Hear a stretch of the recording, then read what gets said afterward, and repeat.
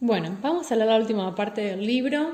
Llegamos al capítulo 12 que se llama Esto no es todo. Recapitulando, podemos decir que ya hemos resuelto el chomp. Las plantas resultaron esenciales en el ciclo del carbono, el hidrógeno y el oxígeno, por el funcionamiento de la fotosíntesis, que significa la incorporación a la materia viva de agua del suelo y dióxido de carbono del aire. Las bacterias fijadoras de nitrógeno son esenciales en la incorporación de nitrógeno a partir del gas nitrógeno del aire, y vimos en particular la importancia y el significado de las bacterias que se asocian simbióticamente con algunas plantas, haciendo más eficiente todo el proceso. Finalmente, los hongos formadores de micorrizas resultaron muy importantes en el ciclo del fósforo, pues facilitan la absorción de este elemento del suelo, ampliando las capacidades de exploración y absorción de las raíces de las plantas. Sin embargo, el suelo en donde crecen las plantas tiene una enorme cantidad de otros microorganismos, seres muy pequeños que nos vemos a simple vista, porque se esconden como las lombrices o son mucho más pequeñitos, que son muy, pero muy importantes para que el suelo tenga una estructura apropiada para la vida y los ciclos de los elementos. El reconocimiento de la importancia de esta estructura biológica del suelo, donde por ejemplo se encuentran las enormes y frágiles redes de filamento de los hongos micorrízicos, ha dado lugar a nuevas prácticas agrícolas que tratan de preservar y aprovechar la estructura y funcionamiento orgánico de los sistemas ecológicos. Hoy se habla de la huerta orgánica o la siembra directa, sembrar sin arar la tierra, y otras prácticas más naturales vuelven a surgir como rescatadas de viejas culturas indígenas, aunque con un conocimiento científico más profundo, que las antiguas civilizaciones no necesitaron para justificarse. Estas son prácticas agrícolas que tratan de preservar las funciones de la actividad biológica del suelo, tal como se da en la naturaleza por la interacción entre todos sus integrantes, y que ahora tratamos de manipular en forma más racional para aumentar los efectos benéficos y controlar los efectos negativos sobre el desarrollo de las plantas. Esa gran diversidad de microorganismos que habitan en el suelo suele dividirse en dos grandes grupos: los patógenos, es decir, aquellos capaces de originar enfermedades en las plantas o animales, y los saprófitos, que comprenden a todo el resto, aunque no sepamos por ahora si alguno tiene otro significado más allá de ser no patógeno. Los suelos sanadores. Este capítulo no ha sido auspiciado por ningún pastor televisivo ni traficante de ilusiones de la gente. Doy fe. Entre la variedad de microorganismos patógenos, los hay de todos los tipos y tamaños: hongos, bacterias o virus. Estos patógenos producen diferentes tipos de enfermedades en las plantas. Si la enfermedad se contagia y extiende en un cultivo, puede significar un enorme daño económico para el productor o dueño del cultivo. La observación de la gente de campo en diversos lugares del mundo detectó que algunas enfermedades nunca aparecían en determinados suelos y que la tierra de estos suelos buenos podía suprimir las enfermedades que las mismas plantas se contagiaban en otros suelos malos o infectados. Un típico caso de suelos sanadores. La investigación sobre los efectos de estos suelos y la búsqueda de las causas de tan loable efecto dio como resultado el descubrimiento de una serie de bacterias que se encuentran en la rizósfera. Como ustedes sospecharán, estas bacterias son algunas de las tantas que se encuentran en los suelos creciendo cerca de las raíces de las plantas. Estas bacterias, que por lo general no son fijadoras de nitrógeno ni facilitadoras de la absorción de fósforo, son capaces de producir nuevos efectos benéficos sobre las plantas. Dado que estos nuevos efectos benéficos de los que estamos hablando incluyen una enorme variedad de plantas y una gran diversidad de enfermedades que pueden ser controladas, es de esperar que las causas también sean diversas. Los suelos sanadores resultaron ser la punta de un ovillo con muchos hilos internos que tejen nuevas redes biológicas en el suelo.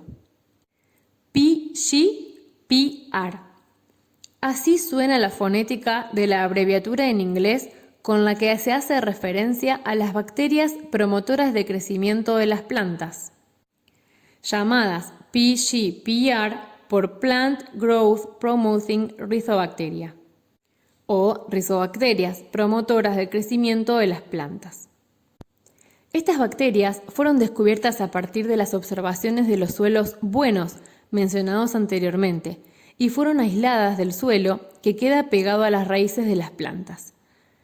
El estudio reciente sobre estas bacterias permitió conocerlas mucho mejor y encontrar aún más cosas y más explicaciones de cómo funcionan las interacciones entre las plantas y los microorganismos del suelo.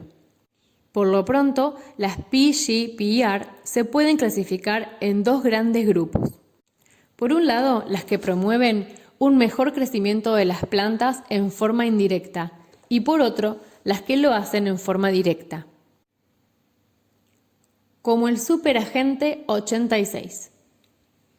Algunas bacterias son verdaderos agentes de control de otros microorganismos o agentes patógenos, como aquel inolvidable Maxwell Smart, temible operario del recontraespionaje del televisor en blanco y negro de mi infancia.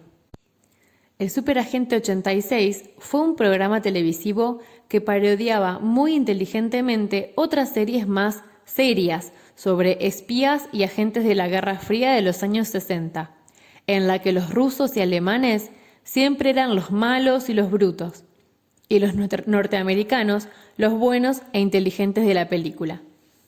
Es curioso, a la luz del conocimiento actual, ver cómo los términos que se usaban para nombrar a cada uno de los bandos, caos para los malos y control para los buenos, hoy en día no significan cosas opuestos, sino conceptos complementarios y necesarios para explicar muchos procesos biológicos. Pero ¿cómo puede una bacteria ejercer control sobre otra bacteria o sobre una enfermedad de la planta? Las formas de control son también muy variadas y, entre otras cosas, incluyen el uso de diferentes armas biológicas por parte de nuestros agentes, las bacterias biocontroladoras. Ejemplos de estas bacterias son algunas de los géneros Pseudomonas y Bacillus, y se han encontrado efectos positivos sobre plantas de cultivos tan diversos como el tomate, la lechuga, el zapallo, la frutilla, la soja, el maíz, el girasol, el arroz, el clavel, y siguen las firmas. Estas bacterias biocontroladoras producen sustancias especiales que liberan al medio que las rodea. Dichas sustancias pueden tener diferentes efectos sobre otras bacterias que tratan de vivir en el mismo lugar, instalarse y colonizar la superficie de una raíz. Algunas de estas sustancias matan directamente o inhiben el desarrollo de otros organismos patógenos que son capaces de enfermar a las plantas, limitando su crecimiento. Acá me gustaría hacer una aclaración. Inhibir significa no dejar, ¿sí? Como intimidar. Entonces, cuando él dice que algunas sustancias inhiben el desarrollo de otros organismos, es decir, que no dejan que otros organismos crezcan ahí. ¿Sí? Inhiben. ¿Vieron cuando alguien dice me inhibiste? Es como que me intimidaste, me dejaste sin actuar. ¿Sí? Algo así. Algunas de estas sustancias son de acción bastante específicas sobre determinado tipo de bacterias u hongos. Otras son de efectos más generales. Entre estas sustancias que actúan como el elemento o arma de biocontrol, encontramos diferentes tipos de antibióticos que matan o frenan el crecimiento de los agentes patógenos. Otras producen cianuro con el que envenenan a los patógenos. Otras bacterias biocontroladoras usan mecanismos más sofisticados. Por ejemplo, capturan el poco hierro que hay en el suelo con unas redes químicas que se llaman sideróforos. Lindo nombre para ponerle una mascota, tipo hámster o tortugo. ¡Venga, sideróforo! Y así las dejan sin posibilidad de obtener el hierro que necesitan para su nutrición las otras bacterias de los alrededores, que entonces se mueren de hambre y desnutrición, pues no hay nadie que les cocine un guisito de lentejas. Es decir, una pinturita a nuestras bacterias controladoras. más malas que las arañas negras, diría mi abuela. Hay otras bacterias que protegen a las plantas de los patógenos en una forma menos agresiva y más bien preventiva, pues actúan como una vacuna, generando en la planta mecanismos de defensa generalizados que hacen que dicha planta se transforme en una planta resistente al ataque de muchos patógenos que llegan después de la bacteria que actúa como vacuna. Comparando con anteriores, estas bacterias son más buenitas, ¿verdad? Pero ocurre que en la biología y en la ciencia, lo bueno y lo malo es relativo al punto de donde se lo mire. Distintas serían nuestras conclusiones si nos paráramos en el punto de vista del que hemos llamado agente patógeno, que simplemente quiere desarrollarse y vivir en este planeta, como cualquier otro organismo vivo, para lo cual debe alimentarse degradando plantas, como nosotros, que degradamos diariamente vaquitas, pollitos, chanchitos, pececitos, plantitas, frutitas. Teniendo presente el interés en las plantas que se pueden cultivar, que son nuestra fuente principal de alimentación, podemos entender el entusiasmo en estudiar, descubrir y entender estas virtudes o propiedades de las bacterias controladoras de enfermedades. Estas nuevas formas de control biológico son una alternativa muy interesante al control químico, muy usado en las prácticas agrícolas modernas, que luego de un largo tiempo de aplicaciones tienen sus buenos bemoles. Pero para entender un poco mejor algunas cuestiones, conviene analizarlas desde una perspectiva centrada en los intereses del hombre, que siempre buscó satisfacer sus necesidades más elementales con las herramientas que tuvo a su disposición. Por suerte, las plantas no llenan el frasquito para el análisis. Hay otras bacterias que promueven el desarrollo de las plantas por otros mecanismos que van directo a los procesos de desarrollo de las plantas. Es decir, no promueven el desarrollo porque evitan el deterioro causado por un patógeno, sino que tienen acción directa sobre la planta. Se trata de bacterias que sintetizan y largan al medio sustancias que actúan como los anabólicos en los deportistas, estimulando el crecimiento y desarrollo general de la raíz o de las hojas. En algunos casos, se trata de hormonas o símiles de hormonas vegetales, pero sintetizadas por la bacteria PGPR. En otros casos, se trata de aportes de nutrientes para las plantas, como el nitrógeno o el fósforo. Algunas bacterias sintetizan sustancias iguales a las hormonas vegetales, llamadas auxinas, que favorecen el desarrollo general de la planta, estimulando el desarrollo de algunas de sus partes fundamentales, como la raíz. De esta manera, la planta con una raíz más grande puede absorber más agua y más nutrientes, entonces crece mejor. Otro mecanismo hormonal utilizado por las bacterias que promueven el desarrollo vegetal es la inhibición de la síntesis de otras hormonas de la planta, que a su vez inhiben el desarrollo de la raíz, como es el caso de la hormona etileno. Hagamos cuentas. Si tengo un inhibidor de un inhibidor, el resultado final es una estimulación. El ejemplo típico de estas bacterias con efectos hormonales son las del género Azospirillum. Sin embargo, toda la clasificación y división es arbitraria y parcializa la realidad. Azospirillum es también una bacteria fijadora de nitrógeno y favorece el crecimiento de las plantas en forma directa, por aporte directo de amonio, en las cercanías de las raíces. Recuerden que amonio es un tipo de molécula que la planta puede absorber, en la cual esta bacteria, Azospirillum, fijó el nitrógeno de la atmósfera que la planta no podía absorber. Entonces ahora esta bacteria creó una molécula que la planta sí puede utilizar. Algo muy, pero muy parecido a lo que hemos visto más arriba en el caso de los Rhizobium y Frankia, que se asociaban en simbiosis fijadoras de nitrógeno con algunas plantas especiales. La diferencia entre estas bacterias PGPR y las bacterias simbióticas es que las PGPR no inducen el desarrollo de nódulos radiculares en las raíces. La asociación se da sobre la superficie de la raíz y macroscópicamente no se ve, es decir, no forma nódulos como las otras que estudiamos. Azospirillum se asocia con gramíneas, pudiendo tener efectos muy positivos sobre cultivos importantes como el trigo y el maíz, que son dos gramíneas. Otras bacterias similares a Zospirilium que actúan sobre otras gramíneas se llaman Azotobacter y Acetobacter.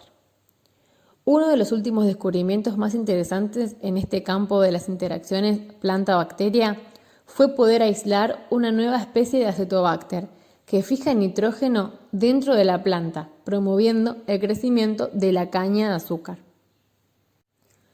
Otros ejemplos de microorganismos que promueven el desarrollo de las plantas son las cianobacterias, que pueden actuar estimulando el desarrollo de los cultivos de arroz o el de hongos como el tricoderma, que actúa como un excelente control biológico de algunas importantes enfermedades, u otros hongos llamados Neotifodium, que hacen simbiosis con algunos pastizales, produciendo sustancias tóxicas para los animales.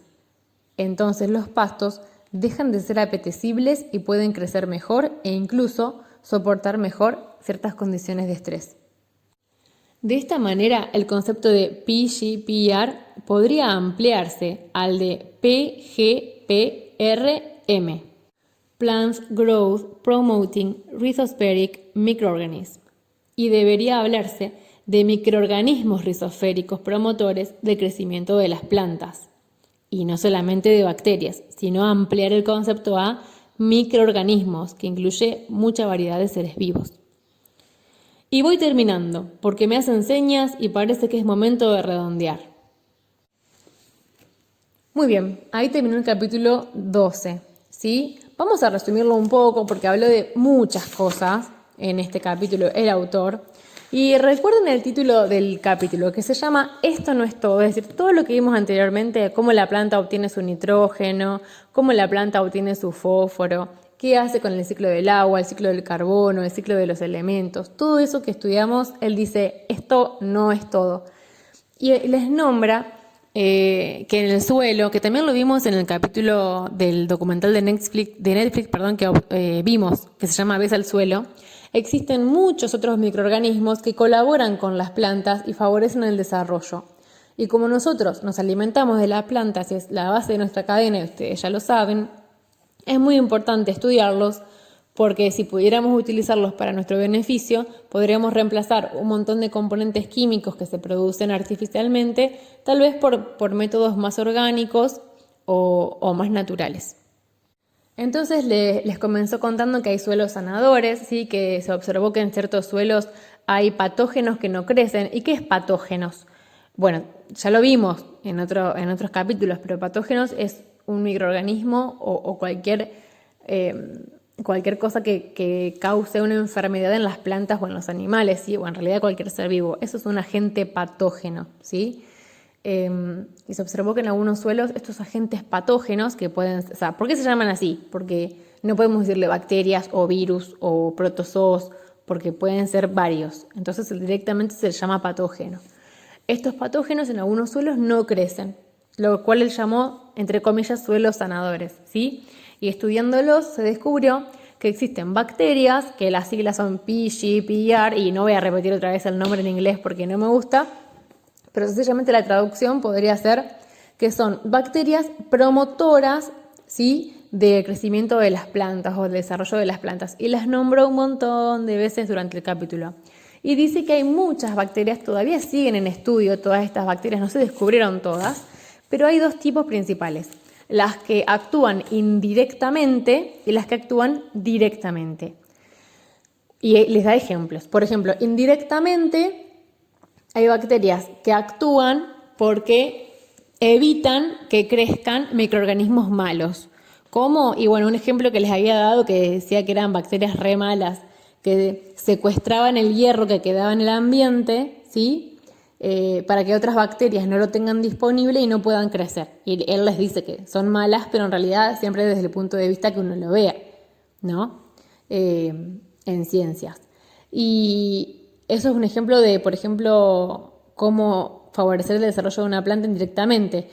Le quita un nutriente que otras bacterias malas necesitan, entonces no crecen. La bacteria no lo hace para beneficiar a la planta, lo hace por sí misma, pero indirectamente a la planta la beneficia.